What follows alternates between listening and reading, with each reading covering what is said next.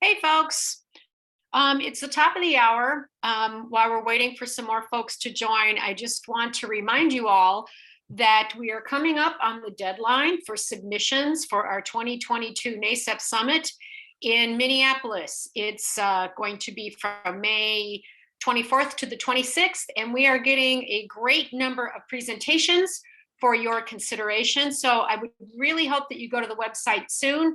And if you've got something to share that you want to submit for the summit, please do so.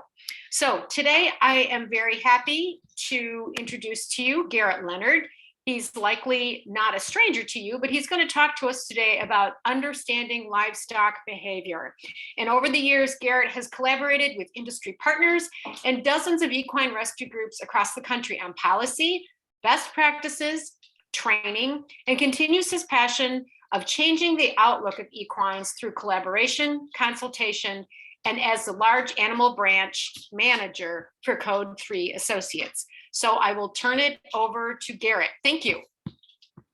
Well, thank you for having me. Hello, everybody. Can you just do me one quick favor? Can you just turn your cameras on for just a second? You don't have to leave them on very long.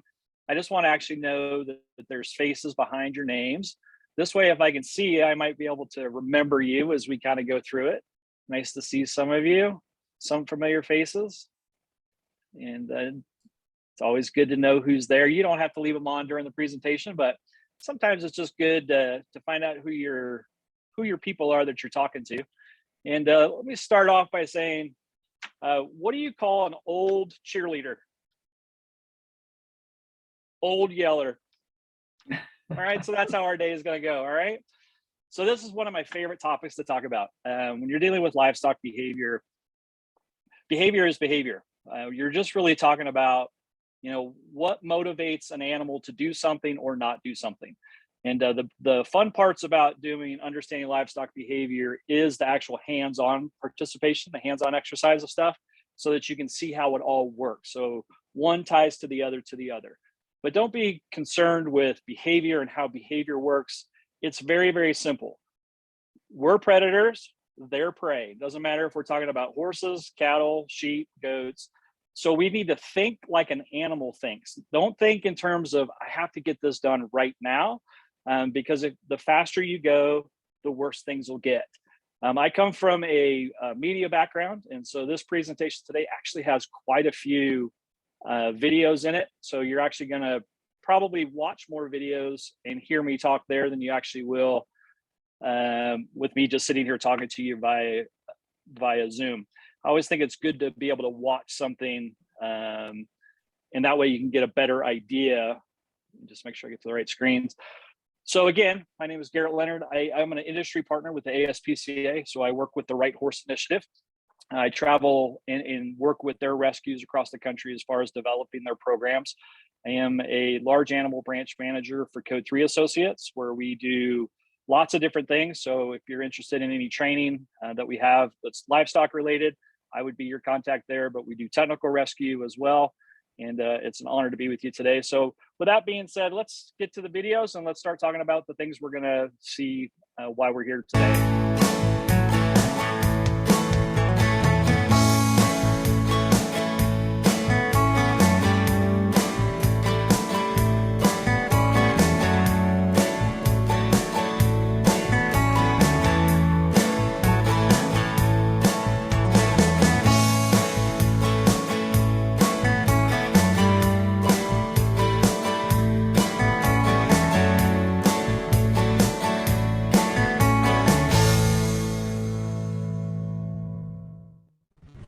When you're dealing with livestock, you have to go fast. I mean, that's just you don't have a choice, but it's got to be controlled fast. So if you noticed in that video, they had flanks going on each side. So they were keeping that group of horses together so that they could run down an alley. So the part that I want you to focus on isn't necessarily how fast and how pretty it was, because it's a very cool video. And I think it's one of the best pieces of horsemanship that I've seen. Because of their location, that they knew how to move that particular group of horses. And in that same scenario, whether you're moving fast or slow, what did you notice that those potential animals were dealing with? And that is stress. Stress is one of the biggest things that we talk about when we're dealing with livestock behavior. We can create stress by our own body language. We can create stress by our vocal tones. We can basically have environmental stresses that we have to worry about. So whether that's a fire that's blazing right down the street, whether it's all the smoke that's being ingested into an animal's lungs. And so we really got to pay attention to stress. Animals can experience 3 types of stress: physical, physiological, and behavioral. Physical is due to fatigue or injury. Psychological is due to hunger, thirst, or temperature control. And behavioral due to the environment, unfamiliar people, or surroundings. So keep in mind, if you're going to add stress, if it's going to be a high stress situation, you have to reduce the length of time. If it's low stress, it can be for longer periods of time. Signs of stress could be behavioral changes, vocalizing, heart rate, sweating, flared nostrils, worried expression, tail swishing, pacing, refusing food. Signs of chronic stress can be stall walking, change in attitude, depression, aggression, and even colic. When we're talking about low stress handling for cattle, non-stressed calves require less mineral than those that are stressed. Stressed out animals have different nutritional needs than low stressed animals. When you're working with cows, there's a lot of things you need to consider. Working with larger groups of cows makes it sometimes a lot easier than working with single individuals. Cows they'll move a lot easier and flow a lot smoother with a group. Out of this, you need to figure out which cow is going to be the lead. You need to figure out who's going to be in charge of the mob, which one's going to be them. You're going to have a lot of times that you're going to be able to move the animals.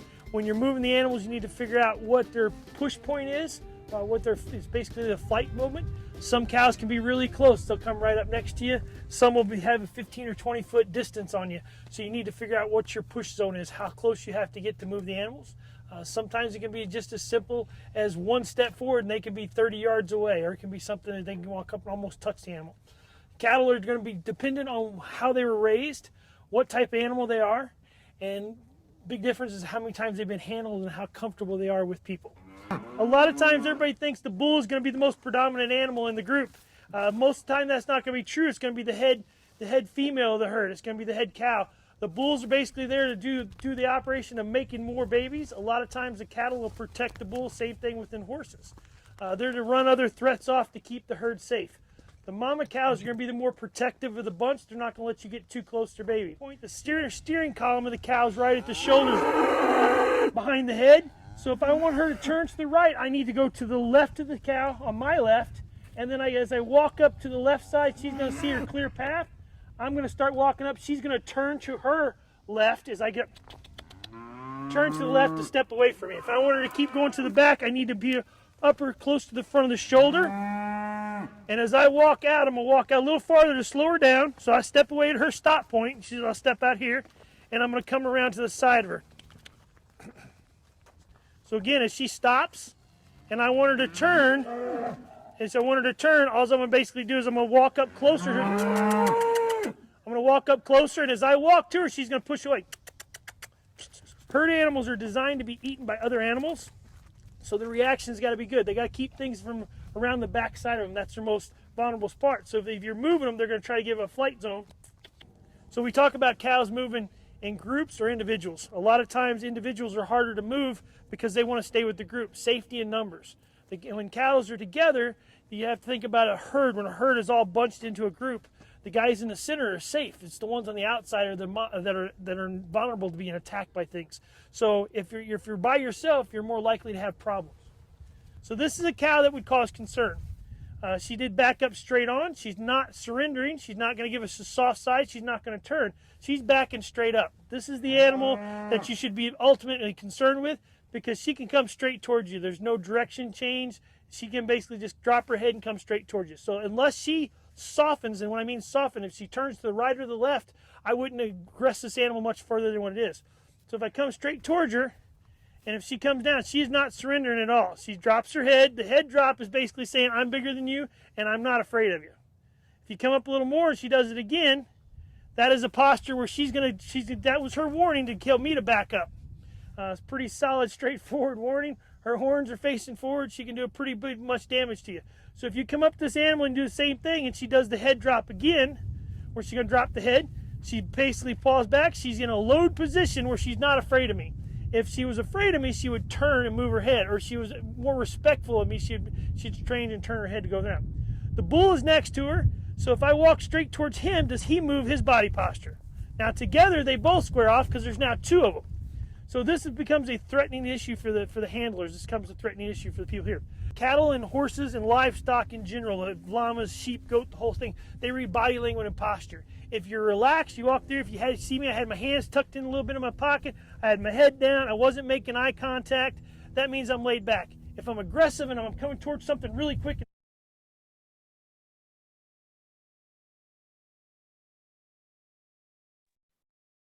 Well, sorry about that. I was trying to unmute and it rolled back. So basically at the end of that, we're just really talk a lot about body language. And so when we're dealing with any sort of livestock in the field, we want to do what we call low stress handling. It's all about moving an animal quickly, quietly, and finish the task at hand. So what do you see when you guys see these two cows sitting here? These are two cows that are in a pen. They have just been removed from, it was a fire evacuation, and they have now been moved from their home now into this field. And so what I'm seeing is the cream colored cow on the backside, his ears are kind of soft, his ears are kind of down, his eyes, his mouth, everything is pretty neutral. When you look at that black cow now, the black cow has a totally different posture. You saw it with the bull and the cow in the other video. He's looking right at you. So if you were to go into that pen, what do you think his behavior would be? His behavior is going to be to become aggressive. So the story with these guys is the little black cow. These were two cows in a field. They were family pets, and they needed to be evacuated. And there was an animal response team that went in to remove these two animals.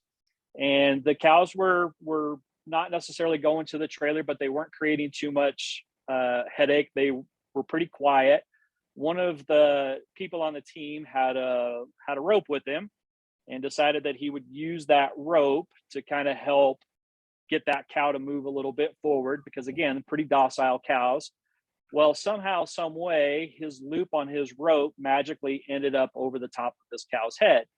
Well, once that cow got that rope on its neck, all of a sudden it began to panic.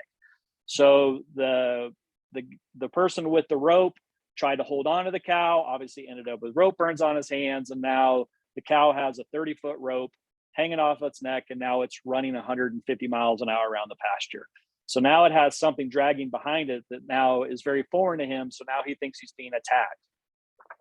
So they tried to get him caught and get him rounded up, had no success, and then decided just to leave him after a couple hours. And they went back then the next day to try to get the cow, try to get the rope off its neck. So now we have a cow that is basically all night long been in a pasture with a rope around its neck. So they went back the next day to try to go get them loaded again. And just like before, they had no success. So we happened to be there. Brett Huff, who you saw in the cow video, who's also on the call. We happened to go get word that these cows, the situation. So we decided we'd go the next day because it was already dark and we don't do rescue after dark. And so the next morning, after roll call and everybody got assigned their cases, the people with the horse trailers that were there, we said, hey, when you're ready to go, let us know and we'll go with you. We'll go help get these cows loaded up. Well, they decided that they would go off by themselves and try to see, they had something to prove to themselves at this point, that they could get these two cows caught. Well, that's the wrong mentality in the first place. If you're struggling, it's okay to ask for help. But they decided they wanted to go and do it. So off they went. And so I got them on the phone and I'm like, hey, we're ready to go. Where are you guys at? And they said, we're already at the cows. We're trying to get them loaded. And so I said, well, are you having any success? And they said, no. So Brett and I jumped in the truck. We headed over from incident command to go to their location. And we got there and they had the cream colored cow actually in the trailer. So the very first thing I did when I got there was to say, hey, open the gate, let that cow out. And they're like, what do you mean? It took us an hour just to get that one cow caught. And why do you think we would do that? Yeah. We simply do it because they're better in a pack than they are as individuals, right? Cattle move better in pairs than they would as an individual. So we let the cream colored cow back out, and he of course ran over to the black cow, and then we started to assess the situation. So how are we going to get these two cows? One of them is going to be pretty docile, and one of them is going to be out of control and crazy. And so long story short is we made a plan. There was a tarp on the ground, and Brett had the team cut up a tarp. So we created a visual barrier, and we ran the cows down a fence line, used the visual barrier. They went right in the trailer. We reached in, took the lariat off of the cow's head, and literally 10 minutes later, those two cows were in the trailer. And so the point of that story is when you know how to move livestock and you use the things that you have around you to support you, it can go smooth. The faster you go, the harder you push, the more wrecks, the more dangerous situation you're going to create. The end result is these two cows got loaded in the trailer. We took them and we dumped them in this pen here. And that black cow, this picture was taken 2 hours after we got the cows dropped off. That cow is still stressed out. Now, will that cow ever calm down and become a family pet again? Hard to say, but there's a really good chance that because that cow wasn't handled properly and moved properly, that cow is now going to be a danger to itself and to others. Okay, so now let's move on to hopefully I can get this. Recapping stress on livestock. So that black cow had high stress for high periods of time, and that's not what we want. We want it to be low stress if at all possible. And if it is going to be high stress, it has to be high stress, very short period of time. Okay, because we can create long-term problems for owners. And if we're there to evacuate, our goal is to help. Our goal should not be to hinder or hurt an animal along the way. So if you're out in the field and you don't understand livestock, you don't understand how they think, you don't understand how they move, do yourself a favor, do the animals a favor, and find somebody that knows how to move around them. Because once you do it smoothly and quietly, it makes it better for the cows all the way around. When it comes to nutrition, when you're dealing with stressed animals, and this goes for horses, cattle, sheep, goats. I've worked a lot of cruelty cases over the years. We had a little over 2,000 horses, equines that came through our program that had been all part of cruelty cases, and a lot of it came down to food. And so we can actually help reduce stress as long as we provide the proper nutrition and the proper amounts of hay. So if we're in an emergency shelter situation, we already know that the animals are highly stressed from being moved from their homes into a strange environment. Throw them some feed, get the hay in front of them, get water in front of them, and let them begin to relax and use their natural ability to adapt and use food as a motivating source. All right, so now let's go ahead and jump into equine behavior. So the calmer you are, the calmer your animals will be. The more pressure you put on an animal, the more pressure it's going to run away from. In dealing with disasters, in dealing with floodwater, fire, whatever, there is all sorts of external stresses that affect these animals. But my behavior, my physical behavior, can affect this horse. So if I go to pet him and move him quickly, I can create all sorts of movements with him, right? Because that's me. If I attack him like I'm a grizzly bear, like a predator, he is prey, I'm a predator, he's going to respond accordingly. If I can approach this horse in a calm, easy demeanor, walk up to him, he's got his ears kind of pinned back a little bit, he doesn't know me because I just kind of scared him a little bit.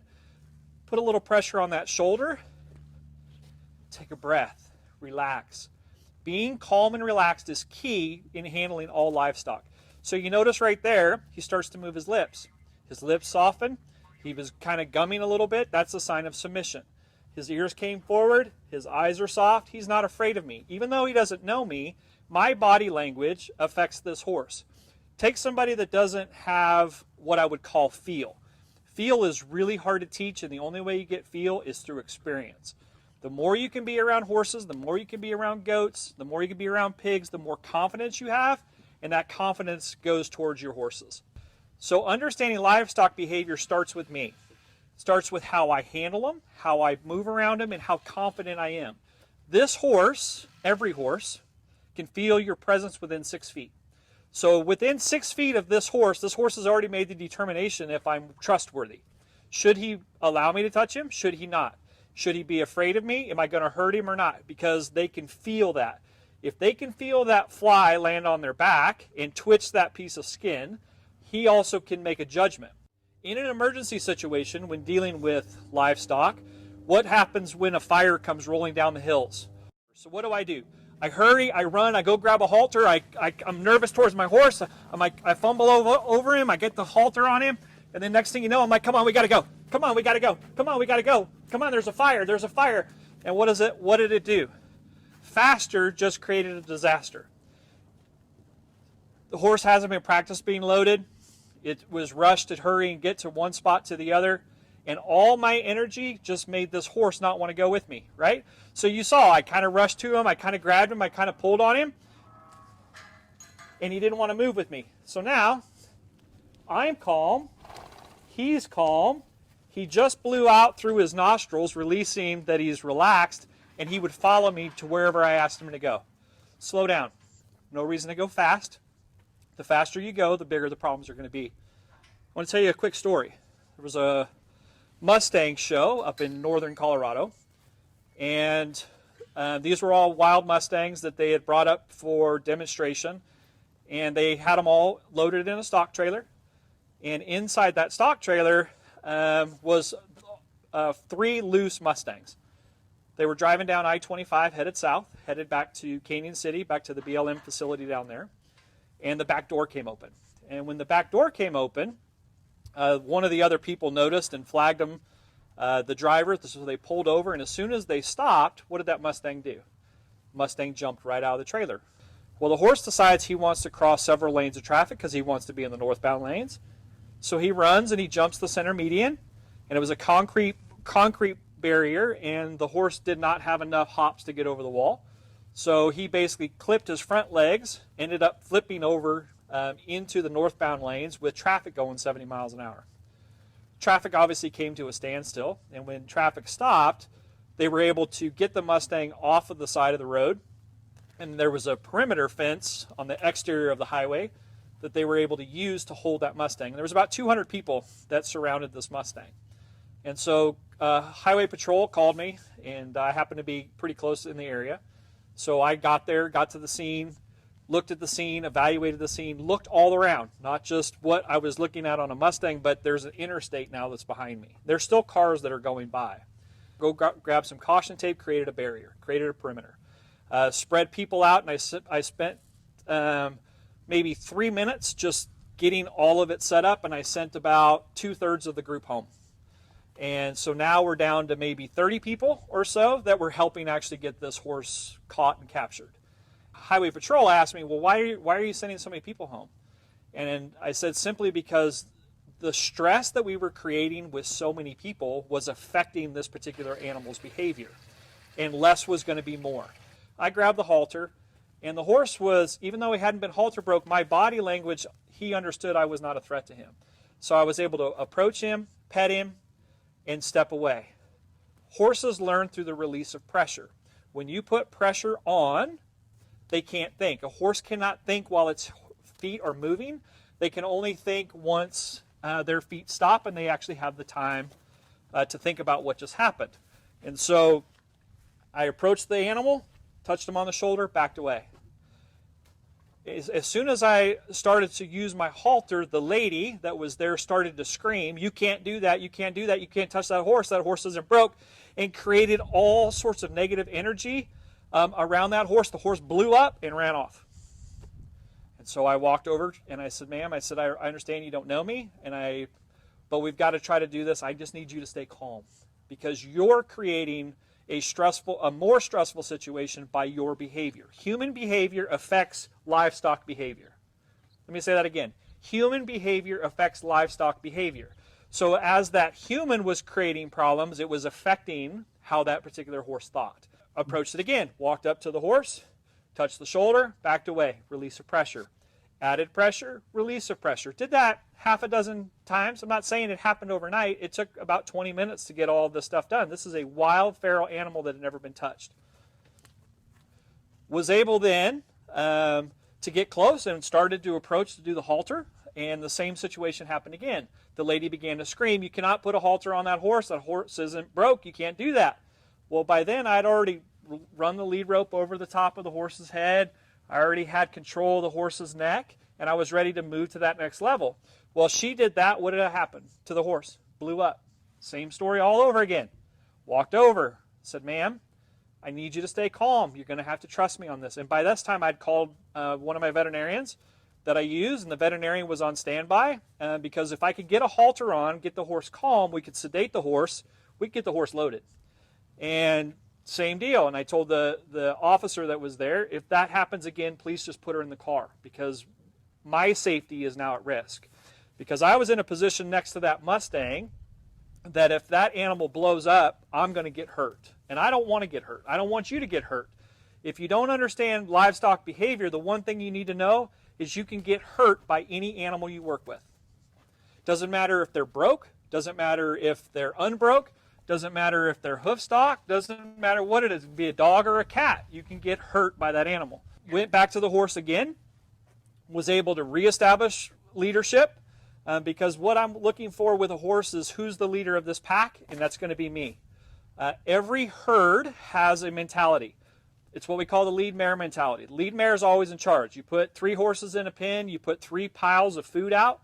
The lead mare gets the first pile, the second one gets the second, the third gets the third. When lead mare moves, they all move according to when lead mare moves. I am the lead mare when it comes to touching and haltering and doing these animals. I am in charge.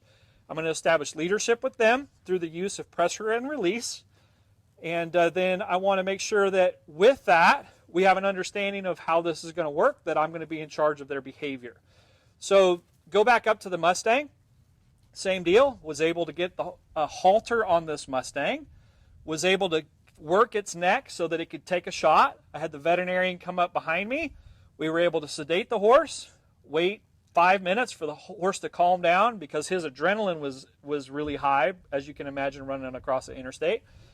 And we were able basically to lead him right into a trailer. Right? And how does that happen? That happens because when you understand livestock behavior and when you understand how they think and we understand how we are to move around them safely, we can get the outcome that we're looking for. I was in no hurry. I was calm. It was a dangerous situation. It was dangerous for the animal as well as all of the people that were around, because we all know a piece of caution tape isn't really going to stop a Mustang. But what it does is it created a visual barrier for that animal to start listening to leadership. And so when you truly understand livestock behavior, you'll understand that we can create stress that can create problems. And our ultimate goal is to be able to safely and quietly be able to handle every animal that we come in contact with. So it's always funny when you do a video on behavior and the horse that's in the video is just a complete knucklehead, knocking your hat off, doing everything you can. And of course you're in the middle of video in it, so you don't take the time to correct it. But that was the first time I'd actually ever been with that horse. So he was new to me. I was new to him. And a lot of what we're going to talk about is it's about leadership. It's about leadership and relationship. Once you establish leadership, once you develop the relationship, then you can create that partnership. And those three parts together will help us to be successful when we're moving animals from point A to point B. We talked in the video that within 6 feet, a horse has already made a determination whether or not you're trustworthy or not. The truth of it is a horse begins to hear a human heartbeat from just 4 feet away. So when a herd is together, all of their heartbeats begin to synchronize. And then if one of their heart rates starts to change and elevate, it informs the entire group that there's dangers ahead. And so horses are not sensing necessarily just their own fear, but as you notice here in this statement, this is why it's commonly said that horses can sense your fear. If you're afraid of the animals that you're dealing with, you're going to have a really, really tough time. because again, all animals are looking for leadership. It's no different for cows or horses. If you ask them to go do something, if you're not a trustworthy leader, they're not going to follow. So if you're confident in the things that you do, your animals will be confident as well. So just recapping horses, just some quick bullet points. They've got great eyesight, great hearing, and the one thing we all know is they're excellent at leaving. So if you act like a predator, they're going to treat you like that, and they're going to run off because that's their instinct, is to flee and escape anything that's unfamiliar. This horse, so this little buckskin horse that I'm sitting on, I'm on the left-hand side over here. I don't know if my arrow works or not, but that's me on my buckskin dock. He looks a lot like the horse that was in the last video. He's a great example of a horse that you think is super broke, that you have to ask the question, do you trust him? So he's a horse that right here, I'm doing a clinic with him. And so he's great with the crowd, never a problem. His ears are forward, he's paying attention. His tail, if you look on the lower right-hand side, his tail is relaxed, it's not raised. I'm completely relaxed in the saddle. There's nothing that can really bother him. There's people flashing pictures, there's sound systems, there's music playing, there's whole other expo events going on around it, and he could care less about any of it. And upper right-hand corner, I probably have started 1,200, maybe 1,500 horses moderately with him as a saddle horse. And so he's in the perfect position there. He's trying to keep that colt moving forward. You can see that I have a flag in my hand, and we're just asking that horse to keep moving forward. When a horse stops and doesn't keep its feet moving, that's when they want to buck and that kind of stuff. So this is actually this horse's first ride. Horse is 100% completely relaxed. He loves to do it. He loves to push things. However, when the tide is turned and something comes towards his face, he is a complete lunatic. He will run off. He'll do everything he can to try away from. He loves applying pressure, but he doesn't like to take pressure. And so looking at different animals, you look at him in this setting, and I can't tell you how many people tried to buy him at clinics and stuff like that, but I don't trust him. I don't trust him to sell him to just anybody because he's super hard to catch. He's super twitchy. He may try to run off. He may try to run you over, because that's when I got him, that's what his behavior was. And I have spent years with him trying to change his behavior. Sometimes you just have to deal with the behavior that you got. And so while you look at him and think, well, what a pretty horse, what a nice horse, if you were to try to go catch him in a disaster environment, there's a fire, there's a lot of activity, there's a flood, there's something else going on. If you do not know how to move around him, there's a really good chance that you're going to end up hurt and he's going to end up running off. And so understanding how we move around them and how we're going to establish leadership to horses and cattle, sheep and goats that we don't know, you have to go slow. The faster we go, the worse things go. You're going to hear that probably. That's kind of the common theme of understanding livestock behavior, is the faster you go, the worse things are going to get for you.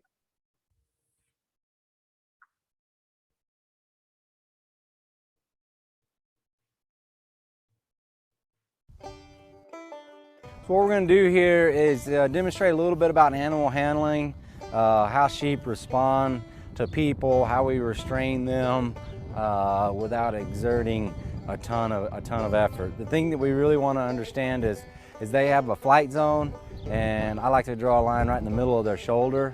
So if you're in front of their shoulder and you're close to them, they're going to want to go backwards. If you're behind their shoulder, they're going to want to go forwards. The other thing is you want your hand all the way up under the chin. Don't get your hand down there on the throat. You get it down on the throat, they're going to really push and be able to push. We get it under the chin, we lift it up, that's the break. If we're behind the shoulder and we reach and tap them on the tail or twist their tail, that's forward. Break is under the chin. And I'm also going to demonstrate how to restrain an animal, set it down without using the flanking of the calf technique, which doesn't take near as much energy with sheep. So when we come in, I'm going to try and just catch the ewe with her head up. I'm gonna reach right up under the chin, standing behind her shoulder so that she wants to move forward, but I've got her chin to catch the brake here. I want her touching my knees here. Stop, okay? When we have the sheep here, a common mistake that people will always do is reach down to grab the flank and try and lift and throw the animals like you would see someone that's tying a calf in a rodeo. But sheep, if you'll just bring the nose over to where you just almost touch your hip, touch your hand here, bring the nose over and then push down and backwards into you. They'll trip over, reach and grab the forearm, and then tip them back, okay? In this position, the animal's immobilized, their feet is up off the ground. If we needed to check their hooves for something, if we needed to check for mastitis or some type of thing, you've got the sheep completely immobilized. We can reach over, check for their teeth in a situation like this if we needed to restrain them. And so that's a common and easy to use technique. First off, sometimes people imply that handling goats is just like handling sheep. You can't handle goats like sheep and expect them to react the same way. I just wanted to get that out of the way. Goats are a prey species. Humans are predators. They don't react to situations the same way a human would. Reducing our own aggressive behavior, such as yelling, rapid movement, crowding, or getting too close, minimizes the stress you place on the animals. Goats are very curious and social animals. Because of their prey instinct, they are very prone to herding, though they can be very independent. Handlers must make sure that the goat's independence is its own idea. If a goat is forced to separate from its herd, it will cause it to panic and stress. Goats will move in family groups, led by the dominant female or the flock queen. It is her responsibility to lead the group to food and water and away from any threats. Since the queen instigates most movement, it is important that handlers motivate the queen to get the herd to move. Because the goats will tend to spread out more during grazing, attempts to herd the animals may lead to group scattering, which can make herding goats difficult. When faced with a threat, for example, a handler's attempt to drive them, the goats will scatter and then turn and face the predator. At this point, the goat may be likely to challenge the threat by charging or butting. Because a goat will challenge a predator and not herd and flee, dogs tend to not work as well with goats and only cause the animals more stress. When goats become alarmed, they will stomp their feet and make high-pitched sneezing sounds. Younger goats may freeze at the sight of a threat. By freezing, the predator may pass the goat without noticing it. Threatened goats may also lie down and sulk or pack in a corner, which may cause injury to other goats. Goats are quite intelligent, so positive rewards using food can be very effective to train animals to move through handling systems and across pastures. Due to the tendency to scatter, it may be easier to coax them into following you by using a bucket of grain. Goats have a range of vision of 320 to 360 degrees, which they use to watch for predators while keeping an eye on the rest of the herd. There is only a small blind spot right behind them. Handlers can use this range of vision to aid with movement because visual pressure is the most efficient stimuli to move goats. Using visual pressure to move the goats away from the handler engages their fight or flight reaction by using their flight zone or personal space. In order for the flight zone to work effectively, the handler must be within the animal's line of vision. Goats are fairly difficult to move through handling systems because they do not tend to flow willingly through and will stress quickly. Chutes should only be about 10 feet long because if they get too long, the goats may crowd and trample each other. Facilities should be designed so that there are no holes that goats can go through or over. Goats are capable of climbing trees, so climbing or jumping over a fence is done quite easily by them. If you are able to use fencing designed specifically for goats in your pastures, it may save a headache or two in the future, because nothing tests fences like goats. When introducing goats to new surroundings, like barns, ramps, or trailers, give them time to investigate their surroundings. Giving just a few seconds lets the animal feel safer about the new situation, and they will move easier. Patience can benefit the animals and keep stress on both ends down. When working with any type of animal, patience is key. Goats can sense if you are rushing and are more likely to react in a non-cooperative way. If you try to make the animals move faster or run, they are more likely to exhibit panic behaviors, like turning and missing gates or turning around completely. A good rule to remember is if you have 15 minutes to move them, it will probably take an hour. If you have an hour, it will only take 15 minutes. I'll give a few final tips for handling goats. Remember to use a goat's natural instincts. It's a prey animal, so don't act like a predator by going too far in its flight zone, rushing, or hitting them. Try not to move too many animals at the same time, and control their movement from behind using slow, deliberate movement.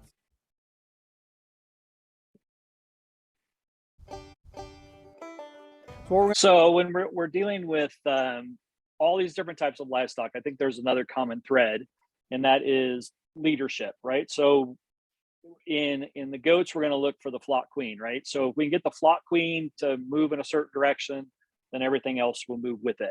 If you look at a herd of horses, let's say, so if you got a herd of horses and you're trying to get them rounded up, say there's 10 of them, and they're all just running around crazy, trying to figure out, what is going on here. If you can try to find out who the leader of that pack is, get the leader caught, it'll make it really easy to get the rest of them. If the leader is the one that's causing the problems, then start to look for the fringes, look for the ones that are kind of laid back, that are not necessarily wanting to get into the chaos, and start to pull them out that way. So when we're moving sheep obviously are very herd bound.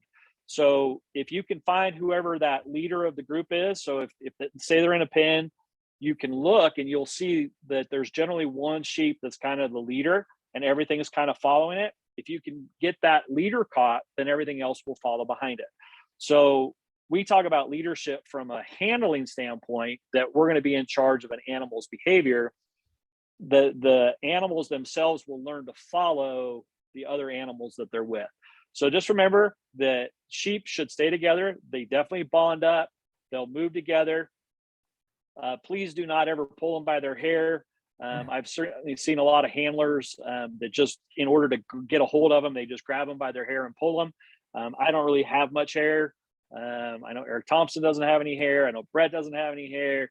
So it's not going to be a problem for those, but you're not going to grab them by their hair. But some of you ladies that have long hair, it hurts when your hair gets pulled, right? And so make sure that you don't grab them by their hair. I love the video there where he talks about the break. Getting your hand up underneath the chin actually will help you control the animal. If it's all about leverage at that point. So if you're working a horse and the horse's head is straight and the horse wants to run off with you, that horse will take you everywhere you want to go. But if you have leverage because you're off a little bit to the side, and you can actually get that head to turn just a little bit, similar to the break with a sheep or with a goat, you can actually control that animal even if they want to run off. So understanding how the break and how the neck actually controls the body. If the head is looking forward, the animal is looking forward. The animal can charge and move forward. If the head is turned to the side, you actually have the leverage and the control as well. With goats, bribery is great. I don't believe necessarily in bribing horses and stuff like that. That's not necessarily my DNA as a horse trainer. But with goats, use food. They'll follow you wherever you want them to go, and avoid grabbing them by their horns. We had just moved a group of 35 goats off of a mountain range during an evacuation. And we had a whole trailer full of goats, and we were basically moving them from one trailer to another. So we were moving them out of the fire zone into another trailer so that they could be taken to the shelter. So we backed the trailers, butt to butt, backed them up, opened the doors, and wanted to move the goats from one to the other. Well, one of the people that was there literally started grabbing goats by the horns and flinging them from one trailer to another. Now, always remember that there are always cameras everywhere you go. You have a camera in your pocket, people are taking video, people are taking pictures, people are noticing what you're doing. So how would an owner feel if he knew that somebody that was handling his goats during an evacuation, somebody was just grabbing them and flinging them into the trailer? Well, he got about 3 goats in, and I said, stop. It is time for you to get out of the trailer. And he's like, we got to get them moved. We got to get them moved. We got to go back. We got to go get more. No, we're going to handle them properly, because we're not going to be responsible for treating these animals poorly when our goal is to save them. And so once he got out of the way, what do you think we did? We went and got the lead goat, the flock queen, because you could tell which one she was. We grabbed her, we led her over to the other trailer, and within seconds, all 30 goats, or the 27 that were still in there, just walked right across, right into the other trailer. Grabbing them by the horns is not the way to do it, because what that does is that creates resistance, right? So now let's fight. So in the video you saw that goats actually will fight you. They'll turn and fight versus just run off. So when you grab them by their horns, you're actually creating more of a problem, because now that animal is going to probably want to fight with you. If I grabbed you by one ear and tried to pull you from one ear, you would probably get mad and you'd want to fight me too. It's no different for them. By grabbing the horns, we're creating resistance, and we want to always try to avoid that.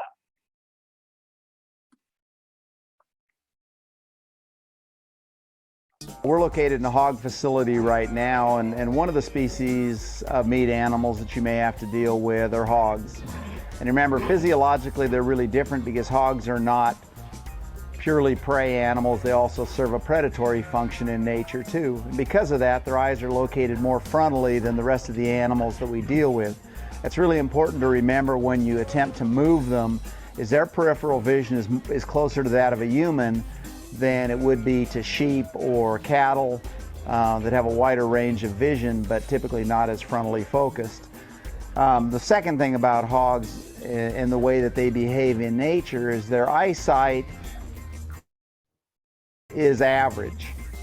Their hearing is probably slightly more acute than human hearing is, but their sense of smell is by far the best of all farm animals. And so we utilize that to move them around when we want to, because hogs tend to, if they're aggressive, they tend to bite. They don't tend to kick, and they don't tend to stomp with their front feet. The danger end on hogs is all on their front end. And so you need to keep it that way. Anytime that you need to break up a fight with hogs, you never get your hands in the middle of them. You always utilize a board to help us with that. And you utilize a board always between the person that is showing them or moving them and the animal itself. And then if you get aggressive behavior, you've got some protection associated with that. In the morning, when you first open them up, you expect them to come out and be eager. If they don't come out of their coop and it's a decent temperature outside, they're not excited to eat their breakfast and water first thing in the morning, there might be something wrong with them. If they're fluffed up and sitting in their coop, there's definitely a problem. With stress throughout the day, if they're open mouth breathing, wings fanned out, they're overheated. But most of the time, if they're really not doing well, they might be a bit hunched over and not feeling too good. To reduce stress in chickens, it's important to have them well fed to keep their cortisol levels at a good state. If they're really hungry, they feel really insecure. So if you can keep them with a good food, layers granules, and maybe some cracked corn, that's going to really reduce some stress for them. You can try keeping some treats on hand, like sunflower seeds or cracked corn or even some dried bugs, and throw them in there to see if that kind of gets them to perk up. Approaching a bird from the back or from behind scares them to death, because that's how a coyote or any other predator or a bird of prey is going to approach them from the back. So you never want to approach them straight down on the shoulders and back. If they're facing you, you kind of reach around and scoop them in toward you a little bit. So the weight is underneath their body. You're picking them up from underneath their body. And then as soon as you get them into your arms, it's good to hold their wings against their body and against your chest or stomach and support their feet. Having their feet dangle makes them feel like they're out of control and being carried away, like a predator's carrying them away. So if their feet are supported on your hand, it reassures them that they're safer. Kind of try to get them into a corner. Not flapping, and her other wings against my chest, and she'll calm right down. If they're screaming really hard, sometimes if you can hide their head, that'll help them calm down too. And the same thing with the turkey, you're gonna wanna kind of approach them, get them side to side with you, wings in, and then lift them up, body supported. Keep those wings really tight, and then you can lift them up. They're probably gonna kick a bit. It's gonna be a lot harder with a big guy like this. So, and the reason that we do so much with poultry now is because if you've ever been part of an evacuation, poultry always becomes a big thing. So if there's a fire, it seems like there's a lot of people that have poultry. So understanding truly how to handle poultry, you know, are we going to scoop them up like was shown in the video, or the old school cowboy way, which is you just reach in, you grab them by their legs, hang them upside down, and then put them in a box. And so as teams are developed, you guys have to determine what is the best way to handle poultry, because in the end, you're going to have poultry during any disaster that you come in contact with. Swine, the big takeaway with the swines is to make sure that you protect yourself. They can bite, and make sure you wear ear protection around them and just use boards to just move them around. Signs of stress in these birds that we're going to see is obviously the tail down, the head held close to the body, the wings are slumped, the feathers are fluffed. So understanding the poultry side, the swine side, the goats, sheep, and all that stuff as well, makes a difference in how we're going to handle them in an emergency situation. I know we're getting a little bit close on time. I'll do one more video and then we'll probably wrap it up from there.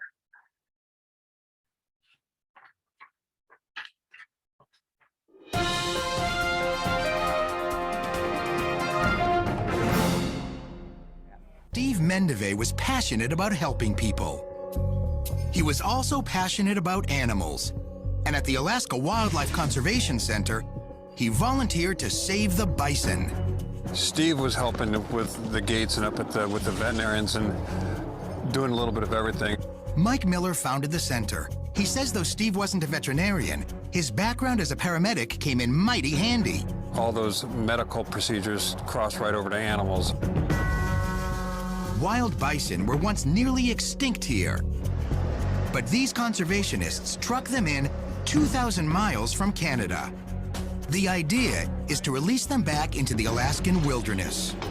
But before that can happen, they're quarantined on this ranch and tested for parasites and disease. Today, volunteers, including Steve, are rounding up the animals in groups of 8, and there's a 1-ton troublemaker in the bunch. A big male handlers have named bull number 34. Bob Stevenson, a biologist with Alaska's Department of Fish and Game, has tangled with number 34 before. He has a lot of confidence and maybe some of the strongest rutting instincts and tendencies. Get the gate, Steve! Once the bison are inside, Steve and 4 other men try to move them into a circular chute that leads to the medical testing area. But the bison resist. Right here, Steve uses a long pole with yellow tape to encourage the bison to move. But number 34 doesn't like it. So bull 34 gave plenty of signs and warnings that he was not happy. 34 would paw the ground, growl, you might say, or huff. And then the final kind of alarm bell from bull 34 was tail raised. And bison only do that when they're going to charge or when they're going to defecate. And in either case, you don't want to be near them. One of the men wisely gets out of the way, but Steve stands his ground. For an instant, it looks like the bison just might go into the chute. Then number 34 stages a revolt.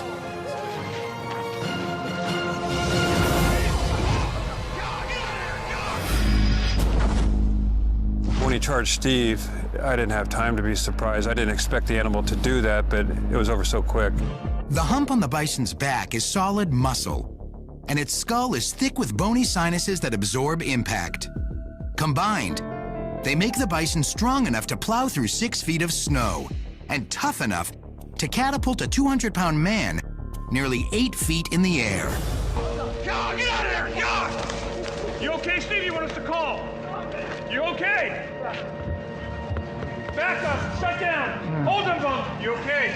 Steve is able to get on his feet. You want to call somebody? You want to bring him to the hospital? Hold on. I'm good. But his hand looks like it's covered with blood. The horn went 4 inches into Steve's leg.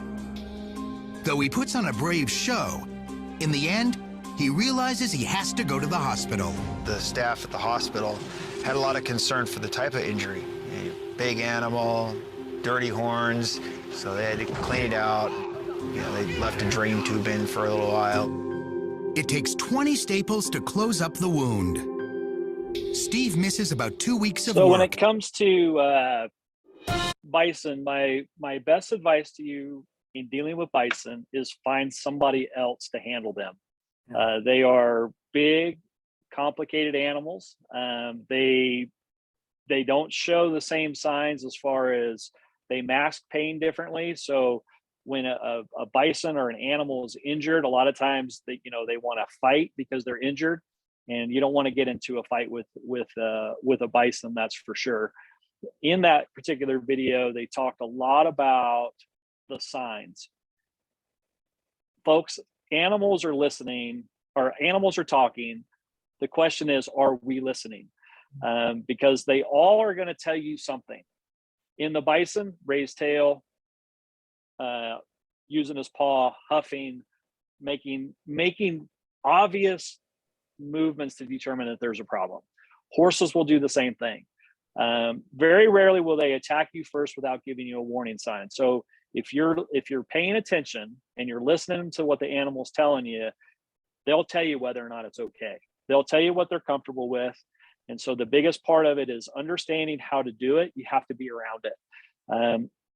If you're not around horses and you're doing emergency evacuation, that's not the time to learn about horses. You should be practicing. If you don't know anything about sheep and goats, you should be practicing before you get called into a disaster situation. And that's just the reality of what we do in the field. Is you have to understand them, because they're going to tell you a story. The question is, are you listening? So now here's your homework. It's not really homework per se, but I want you to watch this last video, and I want you to make some notes. So you've learned about livestock behavior. You've learned about movement. You learned about how they think: fast, slow, calm, aggressive, stress levels, and all that stuff. So I want you to watch this video, make some notes, and we're going to come back and we're going to talk about how did they do. Took several police assault rifles and horsemen to capture 2 cows on the loose. Well, I was in class, very important class, mind you, at that. I was sitting in my swine production class, paying attention, taking real good notes. I was in class. And I get this phone call and says there's 2 cows out on the highway. And this guy busts through the door. I guess he saw my hat and he hollered at me, come running. These 4 Texas Tech Ranch Horse members went running after the 2 cows that escaped from the Texas Tech Animal and Food Services Center. There's about 50 people out there on foot running them cattle around, and them cattle were getting crazy, and told them, hey, we better go get a horse. 1 cow took off onto the Marshall Sharp Freeway, sending the police and horsemen on a chase. Police officers had assault rifles out, and it took about an hour to grab the first one.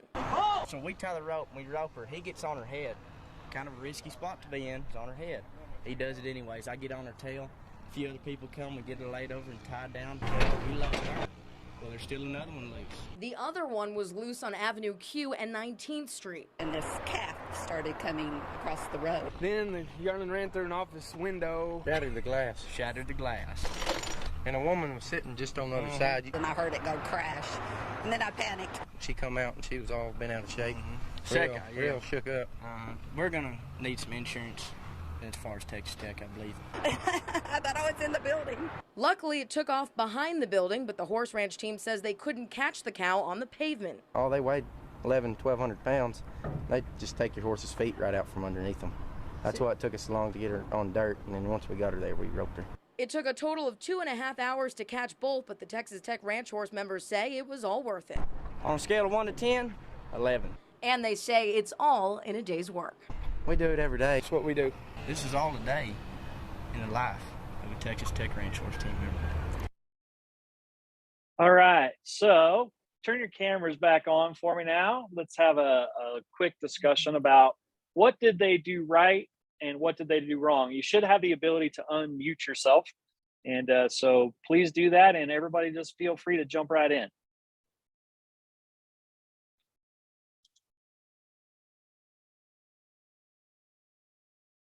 what went wrong? What went right? They got him caught, right? So at the end of the day, they all got him caught. That's a big thing. They got him rounded up. They got him in the trailer. Nobody was hurt.